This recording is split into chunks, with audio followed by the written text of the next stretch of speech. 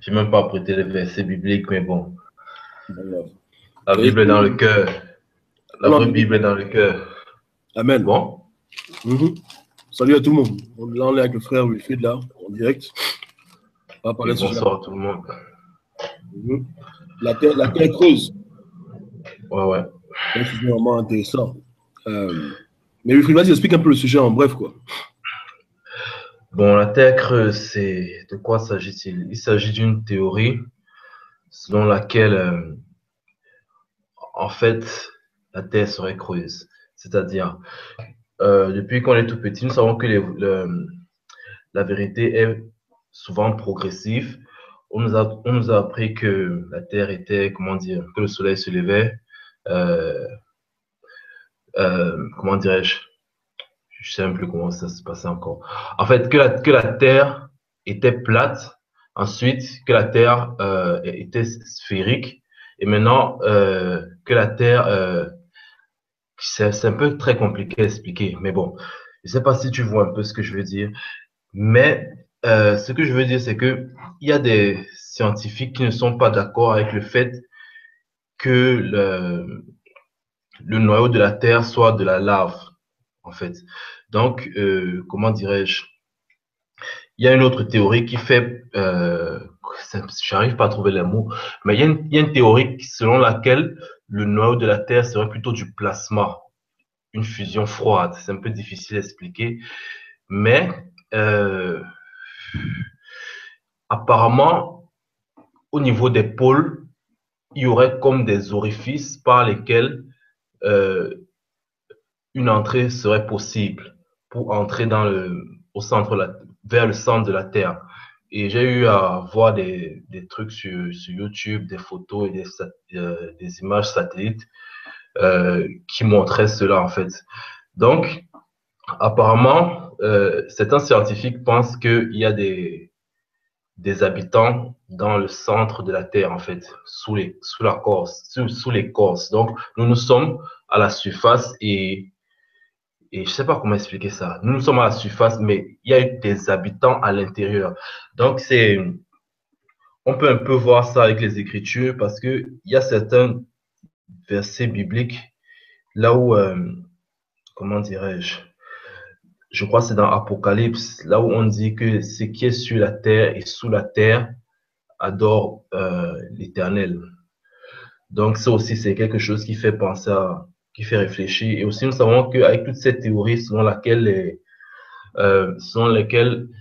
lors des, comment dirais-je, lors de la destruction avec le déluge de Noé, il se pourrait que certains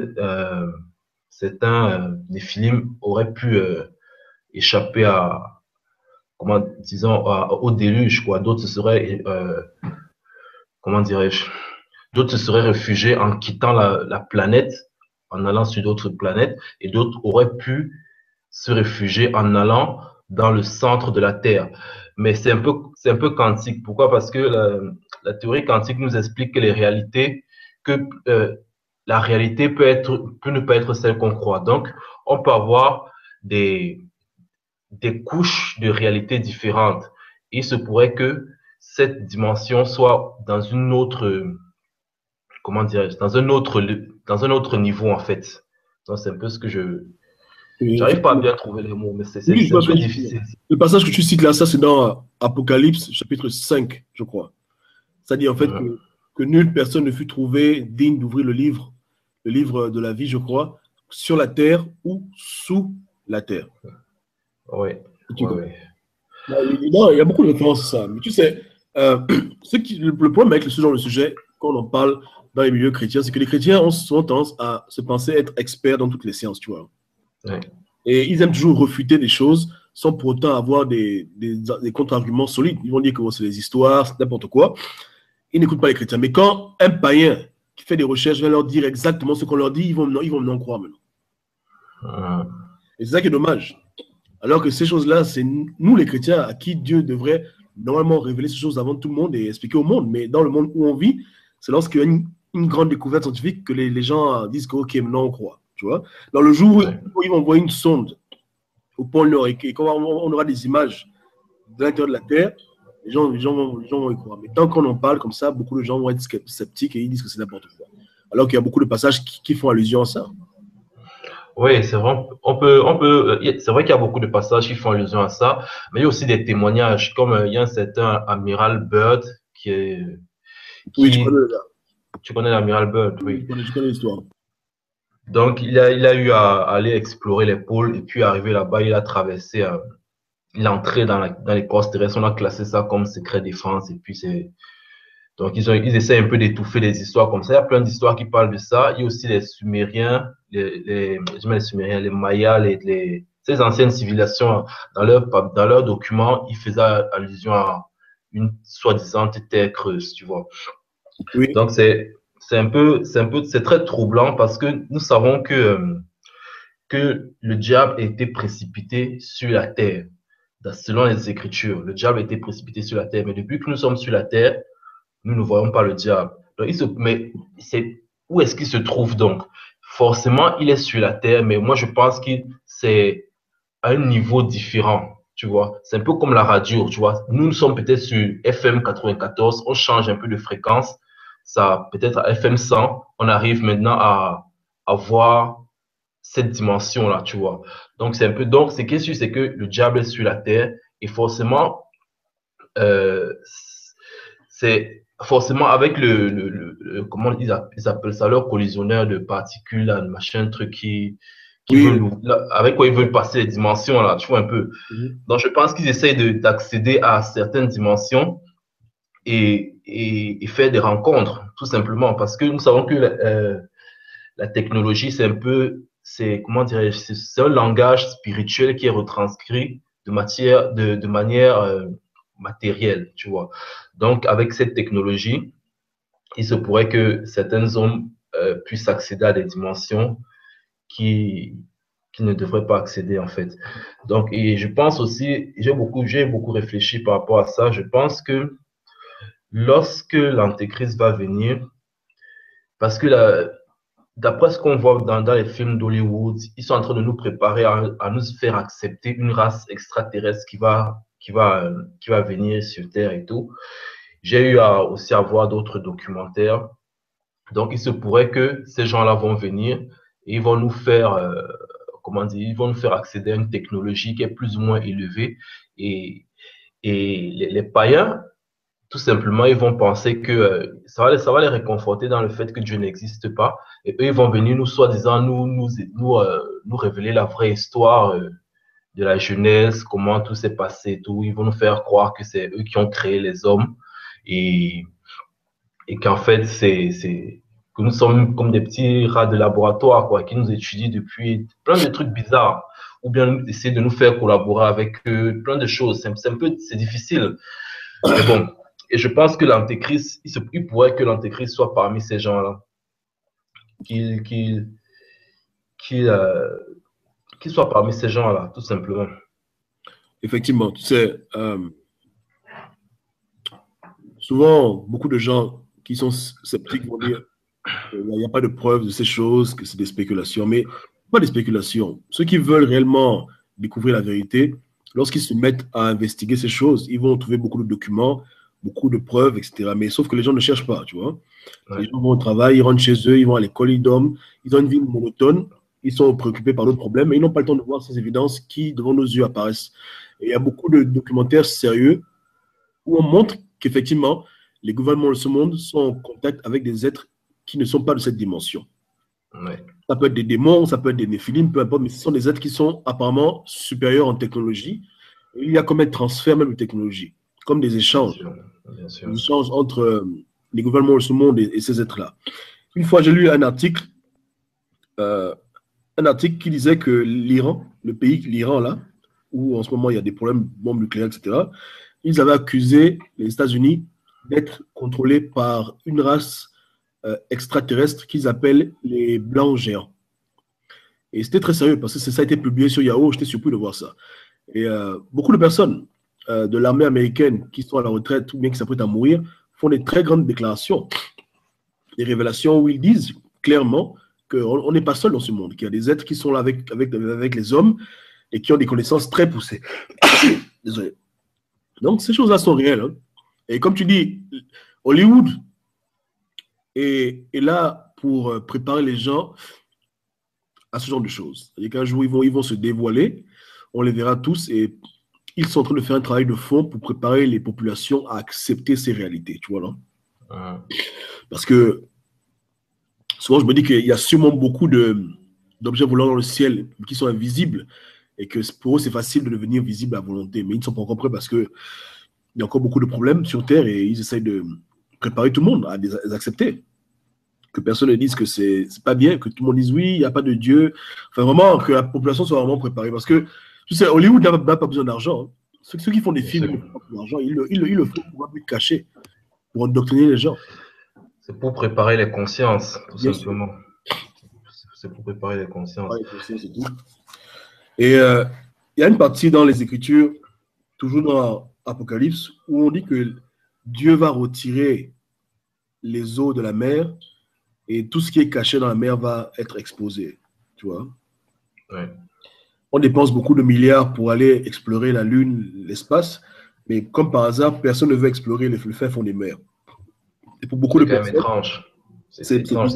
C'est pas là qu'on doit commencer. Bien sûr, avant d'aller chercher à savoir s'il y a la vie sur Mars, il faudra commencer à chercher s'il y a la vie au plus profond de l'océan. Mais comme par hasard, ils ne veulent pas faire ça et ils distraient les gens. Il y a des endroits sur Terre où nos caméras n'ont jamais pu arriver. Et ils diront que c'est à cause de la pression, mais c'est des histoires. Ils peuvent développer des technologies pour se rendre là-bas. S'ils peuvent aller dans l'espace, tu vois ce que je veux dire, hein? Ils peuvent travailler sous l'eau. Mais il y a sûrement des bases ou bien des endroits secrets, cachés, qui ne veulent pas que les hommes soient au courant. Tu vois? Et beaucoup de gens qui témoignent disent qu'il y a effectivement des installations militaires, extraterrestres, ou bien peu importe comment on les appelle, sous les océans. Sous les océans, avec des créatures vraiment bizarres, tu vois, des créatures peut-être qui remontent à l'époque de Noé, quand il y avait encore beaucoup de néphilim sur Terre. Tu vois. Ouais. C'est terrible. Donc, moi, pour la Terre creuse, j'y crois. C'est clair que la compréhension de ce phénomène, comme tu dis, c'est très dur à expliquer, parce qu'on ne sait pas si c'est une location géographique ou bien si c'est une dimension parallèle qui est superimposée à notre réalité. Mais il y a des expériences physiques qui prouvent que l'univers n'est pas comme on l'imagine. Comme l'expérience du photon qui passe par un trou et qui se retrouve à deux endroits différents. Alors, il y a des choses vraiment bizarres qu'on découvre dans la science et qui nous montrent que le monde n'est pas comme on l'imagine. Le monde est plus complexe que ce qu'on imagine. Et on découvre à peine ces choses. À peine.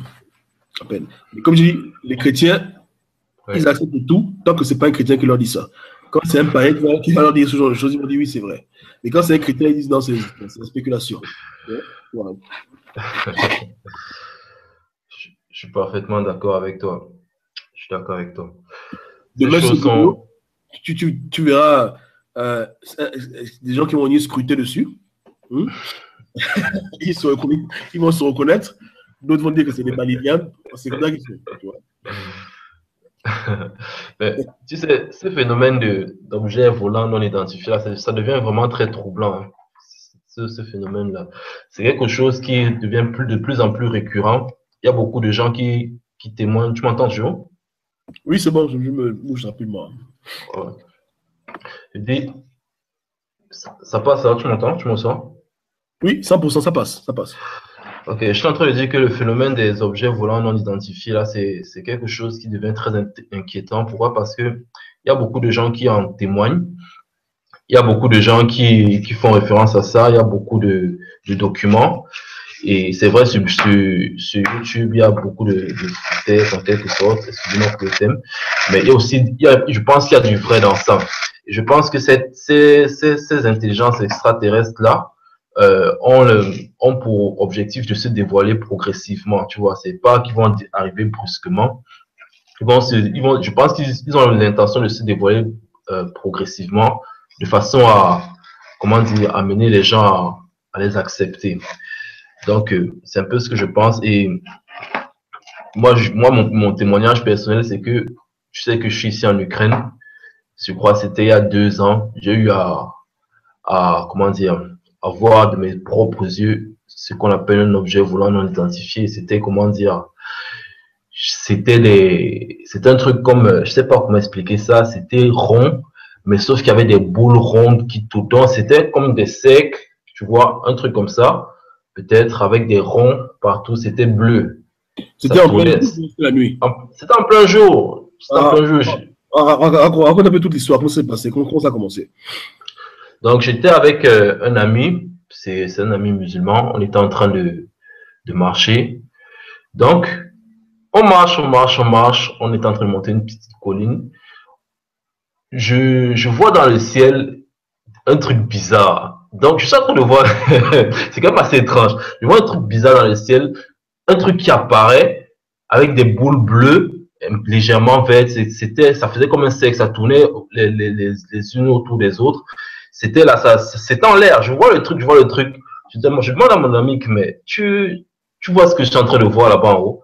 Il me dit qu'il est en train de voir. Donc, ça me confirme que non, je suis pas en train d'halluciner. Nous deux, on est en train de voir. Je regarde le gars me regarde. Je regarde le gars me regarde. On regarde le truc dans le ciel. C'est en train de bouger, c'est en train de bouger.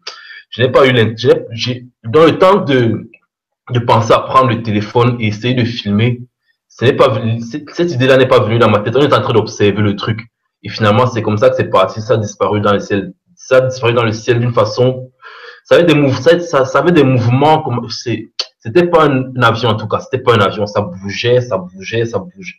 Je sais pas comment expliquer ça, mais ça a disparu d'une façon, euh, pas brutalement, mais en allant vers l'horizon, en fait. C'était en plein jour. C'est pas les trucs de la nuit. Et quelle taille ça avait environ? C'était grand ou bien petit? Hum, je me rappelle plus vraiment, mais c'était pas quelque chose d'immense en tout cas. C'était pas quelque chose d'immense. C'était, disons, un peu moins d'un étage. Peut-être un étage en fait, un étage d'une maison peut-être. Wow. Et en plein jour, comme ça et tout. En plein jour, en plein jour, en plein jour.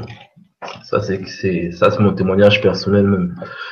Donc c'est pas quelque chose qu'on m'a dit, c'est quelque chose que moi-même j'ai vu et j'ai pris la peine de m'assurer que mon ami lui-même aussi il était en train de voir ce que je voyais quoi. Donc par rapport à ça, je pense sincèrement qu'il y a c'est vrai, certains vont dire que ce sont des manifestations démoniaques. Nous savons tous que il est possible que ce soit des manifestations démoniaques à partir du fait que les Néphilim sont déjà en quelque sorte des démons, si tu veux, moitié homme, moitié ange déchu. Donc peu importe leur technologie, peu importe leur manifestation, peu importe ce que c'est, moi je suis convaincu que je pense pas que ça puisse venir de Dieu. Je pense pas que ce qui arrive là, les extraterrestres, toutes ces choses qui vont venir là, je pense pas que ça viendra de Dieu. Je pense sincèrement que ça peut être soit des démons qui vont venir, qui vont marcher en plein jour sur Terre, soit des néphilim. Donc, je pense que il y aura bel et bien une période sur Terre où les entités démoniaques vont être visibles en plein jour.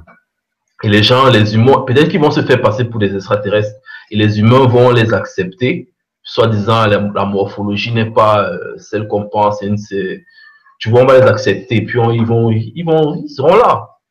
Un peu comme dans l'ancienne Égypte, toutes ces choses bizarres qu'on voyait là, tu vois.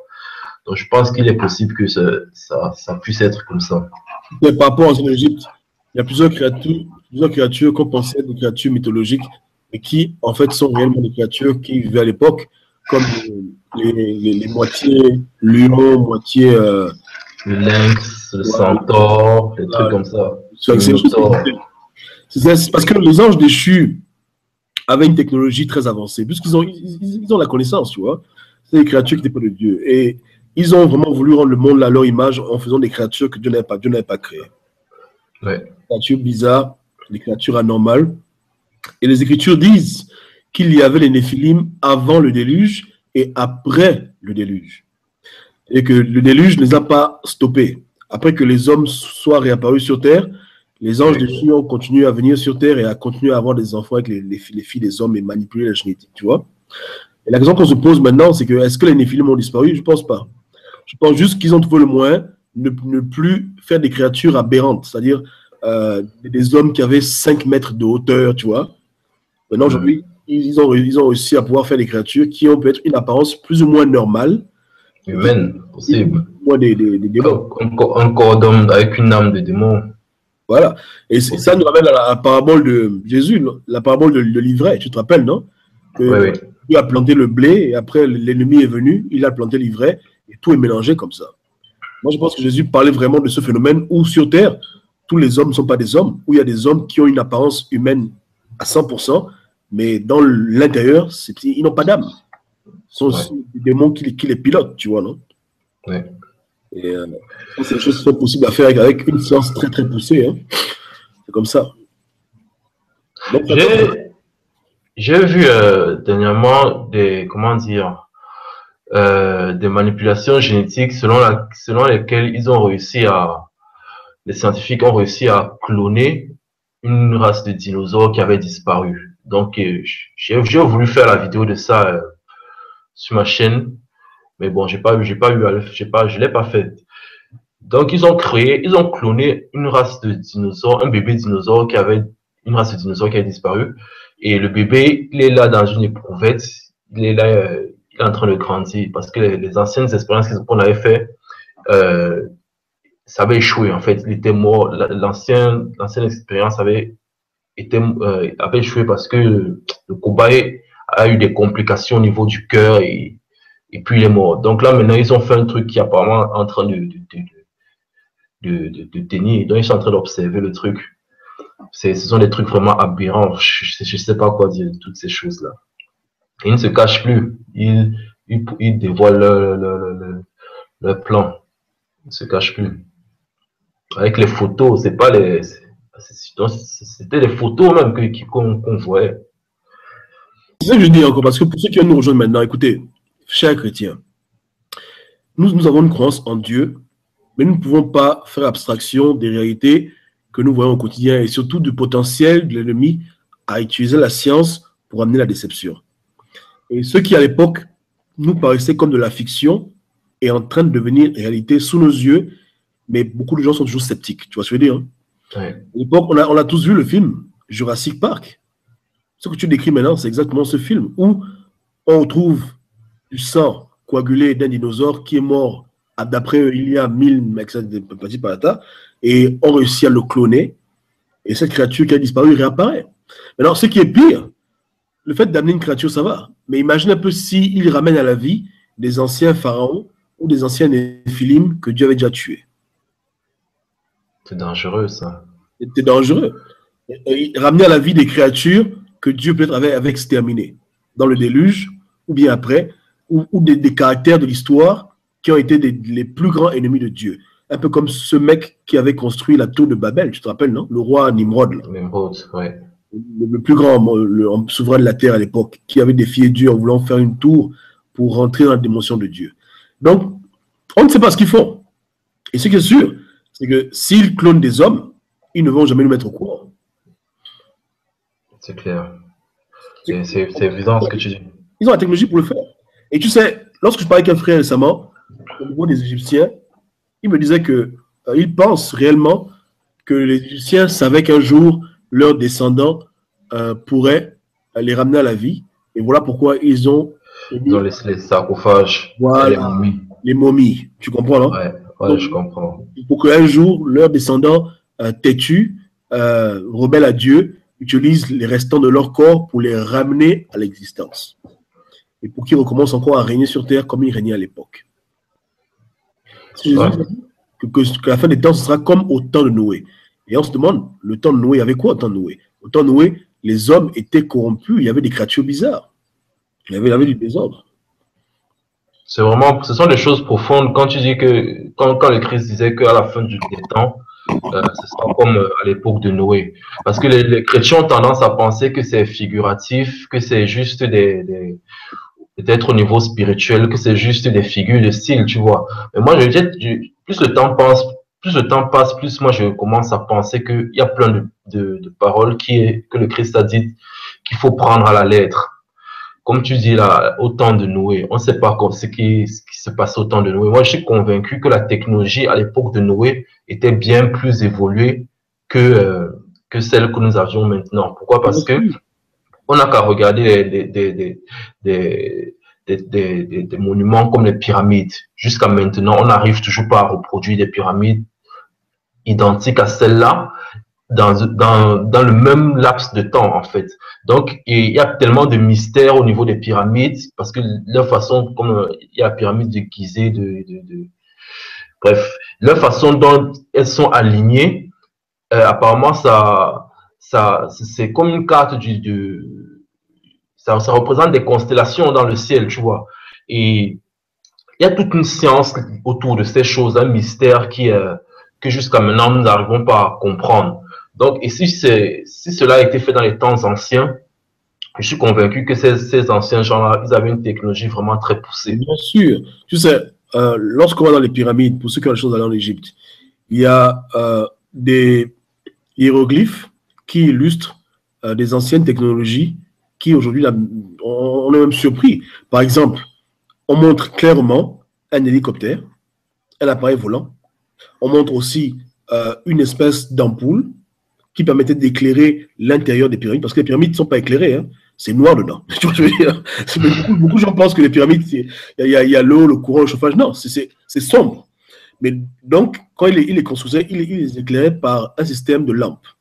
À Bagdad, on a retrouvé même les premières piles, bien avant que Volta fasse la découverte des piles. En Irak, ça fait de cela plusieurs siècles, il y avait déjà des piles simples. Et beaucoup d'écrivains, même de philosophes comme Platon, ils écrivent sur un temps, sur une ancienne civilisation très très avancée, mais qui aurait été engloutie dans un cataclysme terrible, en l'occurrence Atlantis. Atlantis, oui, oui. Donc, ça correspond réellement avec ce que la Bible nous dit, que le monde fut englouti par les eaux, tu vois, et que seul Noé et sa famille et quelques animaux ont pu survivre à ce cataclysme. Donc, quand on cherche ces évidences, on les trouve facilement. Et on voit réellement que la technologie avant était très, très évoluée, au-delà de ce qu'on puisse imaginer. L'écart qu'il y a entre les pierres et les pyramides est tellement fin que tu ne peux même pas faire passer dedans un papier. C'est tellement bien aligné, tellement solide, que même aujourd'hui, en dépit de tout ce qu'on a comme ingénieur, on ne pourrait pas construire de pyramide. Notre technologie actuelle ne peut pas nous permettre de faire ça. Et tu sais que le temps de Noé est encore plus antérieur au temps des pyramides. Donc, c'était un monde différent. C'était un monde vraiment très avancé. Un monde hautain, orgueux. Les hommes avaient une connaissance poussée. Et c'est cette connaissance-là que je pense que les anges déchus donnent aux hommes au compte-gouttes. Tu vois? Doucement, doucement, ouais. En particulier les forces militaires. Tout le monde le sait, hein, que la technologie militaire est en avance sur la technologie civile de peut-être 200 ans. Ouais. Ce que les militaires peuvent faire, les secrets qu'ils détiennent, si on les relâchait au public, il y aurait une guerre civile parce que les gens devaient se fâcher. Et comment vous avez de telles technologies et puis les gens souffrent? Tu vois ce que je veux dire? C'est vrai. Donc, le monde est vraiment. Quand on parle des films, on voit toujours des gens bêtes, mais ce pas des gens, c'était des gens intelligents. C'était des gens vraiment très, très évolués, très, très poussés. Très, très, très poussés. Vraiment. Je suis d'accord avec toi. Je suis d'accord. Et je pense pas que. Je pense plutôt que leur connaissance viennent du fait qu'ils ont des parents ils avaient des parents qui étaient des démons en quelque sorte et qui ont directement vécu dans le royaume des cieux. Bien sûr. Qui ont pu admirer les merveilles de Dieu, tu vois. Il y a tellement de choses qu'ils connaissent qui se sont transmises, tu vois. Oui, bien sûr. Apparemment même Hitler, apparemment, il se pourrait que Hitler misait sur une technologie très poussée, mais il n'a pas pu l'utiliser lors de la guerre mondiale, tu vois. C'est pas des racontars, sans t'interrompre. Parce que beaucoup de gens peuvent penser qu'on est en train de parler de racontars. Non, ce sont des choses qu'on peut prouver. Oui, avec des documents. C'est des documentaires dessus où on dit que les nazis travaillaient sur une technologie inconnue. Ils appelaient ça en anglais la cloche, un truc comme ça. En allemand, je ne sais plus comment on dit ça. Et c'était une technologie qui travaillait et ils pensaient qu'avec cette technologie, ils pouvaient gagner la guerre. Malheureusement, les Alliés les ont torpillés. Ils n'ont pas eu le temps de définir la technologie. Et l'endroit même où ils travaillaient est connu, hein, sauf que la technologie a même disparu. Oui, ils avaient une base en Antarctique et les Américains, avec l'amiral Byrd, ils ont envoyé une troupe pour, comment dire, tu es là?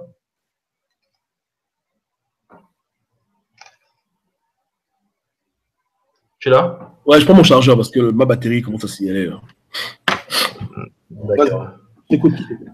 J'étais en train de dire que les Allemands, lors de la guerre mondiale, ils avaient établi une base je crois, c'était au pôle Nord. Ouais. Et les Américains ont su et ils ont déployé une troupe pour aller les chasser, tu vois, pour les détruire, pour faire la guerre, pour continuer la guerre de ce côté-là. Et c'était avec l'amiral Byrd. Donc, arrivé là-bas, les gars, ils ont trouvé une technologie qui les a, une technologie vraiment très poussée, qui n'ont rien compris. Et ils ont été battus. Ils ont été obligés de rentrer. C'est connu, hein. Il y a vraiment une guerre en Antarctique. Il y a une guerre. C'était beaucoup de bateaux qui étaient partis. Je crois que c'était 2 ou 3 qui sont rentrés. Je ne sais même plus trop combien. Ouais. Et ils ont très clairement dit qu'ils ont été face à des technologies supérieures, des appareils qu'ils ne pouvaient même pas imaginer, quoi. Oui, super. Et ça laisse penser encore avec le fait de la terre intérieure, là. Je pense qu'ils appellent ça l'Agartha. Donc, eux, ces gens-là, ils ont aussi une technologie très poussée et il se pourrait que ne laisse pas accéder n'importe qui là-bas, tu vois. Si tu n'as pas de permission pour entrer, tu ne vas pas entrer. Donc, il se pourrait que, d'après leur plan, d'après ce que j'ai pu lire et d'après ce que j'ai pu voir aussi, ils savent qu'il y aura une soi-disant 3e guerre mondiale qui arrive où la race humaine va être exterminée.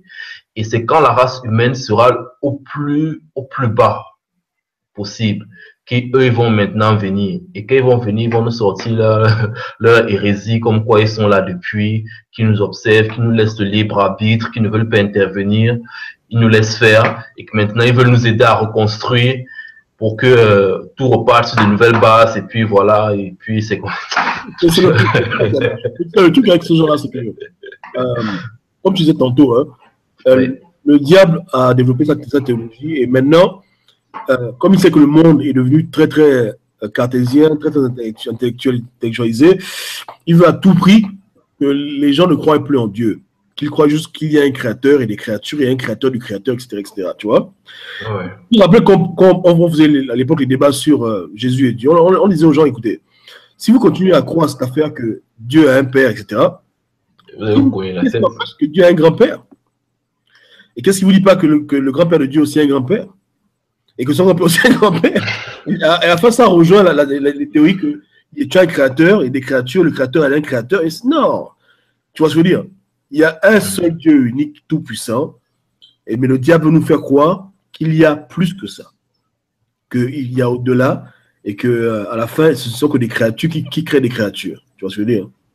Un peu comme quand nous, par exemple, tu es là, tu crées un petit bonhomme, et puis voilà, et puis le bonhomme crée un bonhomme. Et ensuite.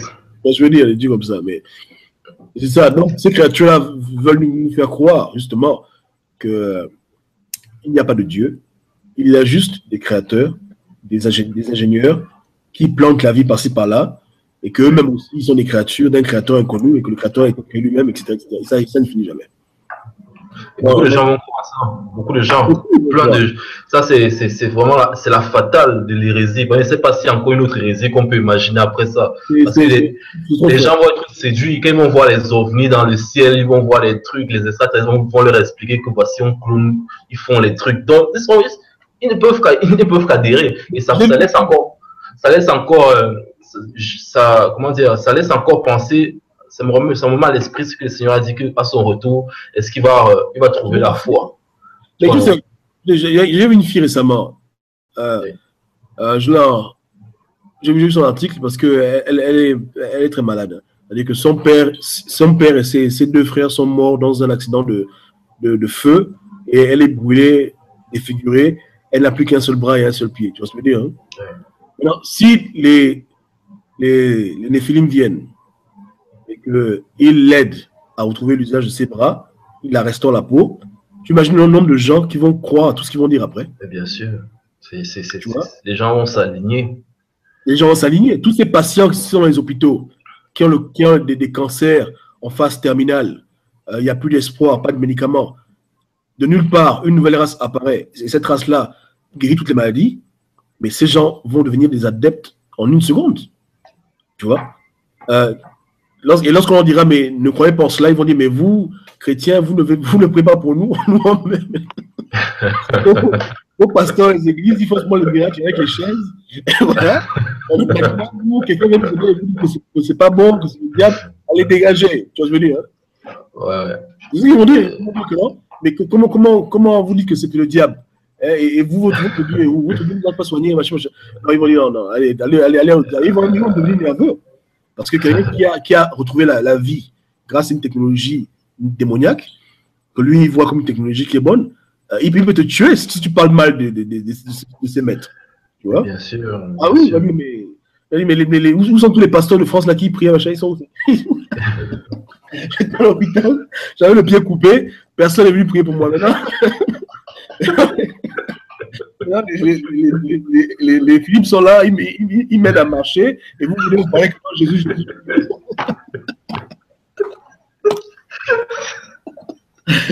Tu vois ce que je veux dire? Ils m'ont dit, mais le pire, c'est quand les mêmes pasteurs eux-mêmes, quand c'est maladie, vont aller voir pour avoir des remèdes. Donc, tu vois, Mais, le pasteur il est assis avec le patient, les deux sont en train d'attendre le remède de Néphilim. mais bien sûr, bien Tu sûr. vois, les voix de Dieu sont insondables, mon fils. Que Dieu est en train de m'aider.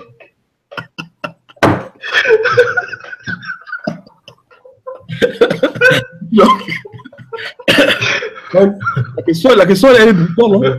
Est-ce que Jésus va trouver la foi à son retour?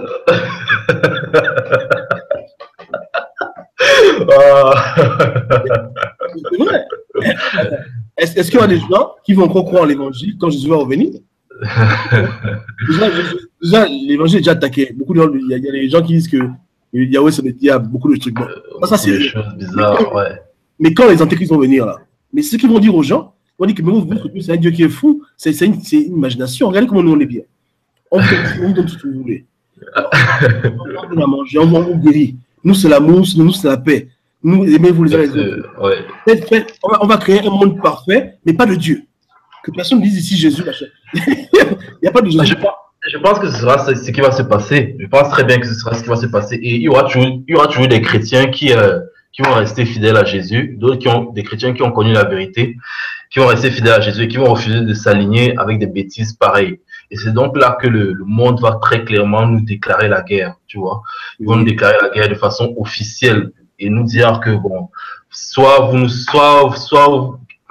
ils vont nous dire que vous nous dérangez dans notre monde. Vous êtes en train de nous déranger simplement. Oui. Soit vous vous alignez avec la pensée collective de l'humanité, soit vous quittez notre monde, tout simplement. Et c'est là qu'ils vont nous faire la guerre.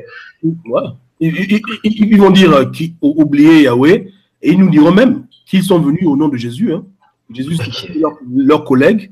Oui, ils ont des théories comme ça, que Jésus c'est un maître, avec Krishna, que Krishna c'est un maître. Ils ont sorti plein de trucs bizarres. Mais demande-leur pourquoi. Quand tu me vois, je suis un peu fâché avec les gens qui ont des théories sur Yahweh, parce que je sais que l'évangile est du nouvel âge. L'évangile où c'est la paix, l'amour, c'est le bonheur, c'est le partage, mais il n'y a pas de Dieu dedans. Tout sauf Dieu. C'est-à-dire qu'un monde parfait sans Dieu. Tu vois, non? Pas de...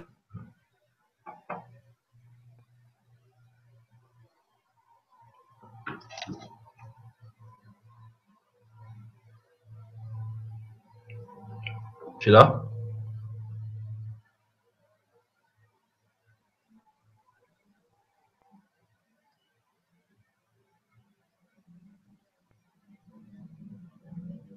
Ouais.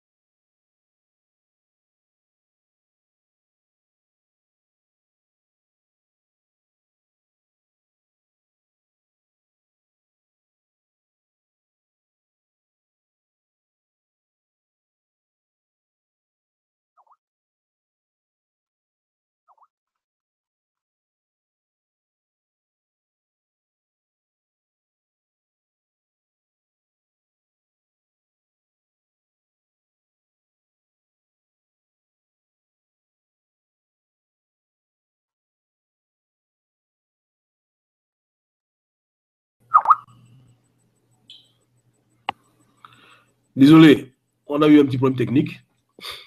Et je précise que lorsqu'on fait des vidéos en direct, la communication est souvent difficile parce que ça demande beaucoup de débit. Il y a des gens qui pensent que lorsque ma vidéo se coupe parce que Dieu m'a frappé, mais ce n'est pas le cas. Bon, peut-être que c'est vrai, hein, mais ce n'est pas le cas. Les vidéos se coupent parce qu'il y a des problèmes de réseau et c'est très difficile. Vous comprenez, hein? Amen. Donc, ça c'est la vraie superstition. Hein? Dans un monde de technologie comme le nôtre, c'est difficile. Wilfried, tu m'entends là? Allô? Tu m'entends? Tu m'entends là? Allô? Oui, ça fait un petit bruit chez toi là.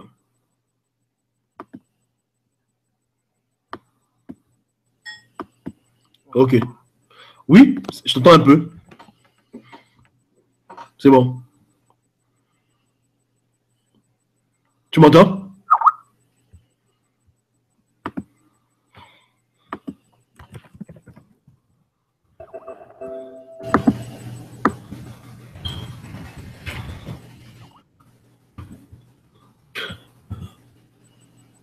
J'ai mis le micro plus fort, quoi. Donc, normalement, tu dois m'entendre. Tu m'entends?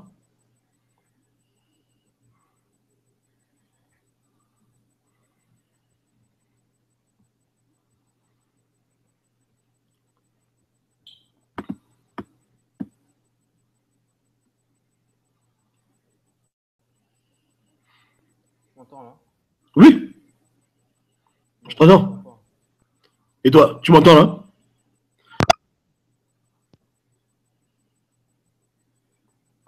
Ça passe? Bon, je raccroche et je réessaye un peu. Ok, fais faire la page et puis tu rentres, c'est bon. Désolé, c'est sûrement les Néphilim qui nous attaquent parce qu'on parle de sujets intéressants, donc les forces du mal sont déchaînées. Amen. Voilà, contrairement à ceux qui pensent que c'est Dieu qui nous frappe quand on parle comme ça, on s'éclate. Non, pas du tout. Au contraire, je ne pense pas que Dieu soit contre le fait qu'on partage ces choses. Parce que nous, au moins ici, on n'a pas la prétention de vous enseigner, hein, on partage tout le monde. Donc pourquoi est-ce que Dieu va nous frapper? Ouais, donc c'est tranquille. On est là. Vas-y, dis un mot. Là, je t'entends très bien. Ok, c'est bon. Je disais au peuple qui nous regarde maintenant que pas qu'ils pensent que quand ça se coupe comme ça, c'est que c'est Dieu qui nous a frappés. Hein. Que Dieu nous a censurés. Parce que c'est les rumeurs qui courent maintenant. Que quand on fait des vidéos en direct, ça se coupe, c'est que là, c'est Yahweh qui a frappé tout. Non, non, non. C'est pas du tout le cas. Tu vois. Ouais. Il faut penser plutôt dans l'autre sens. Parce que quand les Par contre, ton micro est très faible. Hein. Ah bon? Oui, bien parle près du micro. Ça passe très. La voix est petite, quoi. Ah, tu m'entends bien? Moi j'entends, mais je ne sais pas si les auditeurs entendent bien aussi. J'entends, ça dit que ça te met. Attends, je te mets ça ici. Essaye de vérifier, voir. Donc, c'est pas grave, c'est juste moi. On disait quoi quand on coupe là? On parlait de la fin des temps, mon frère.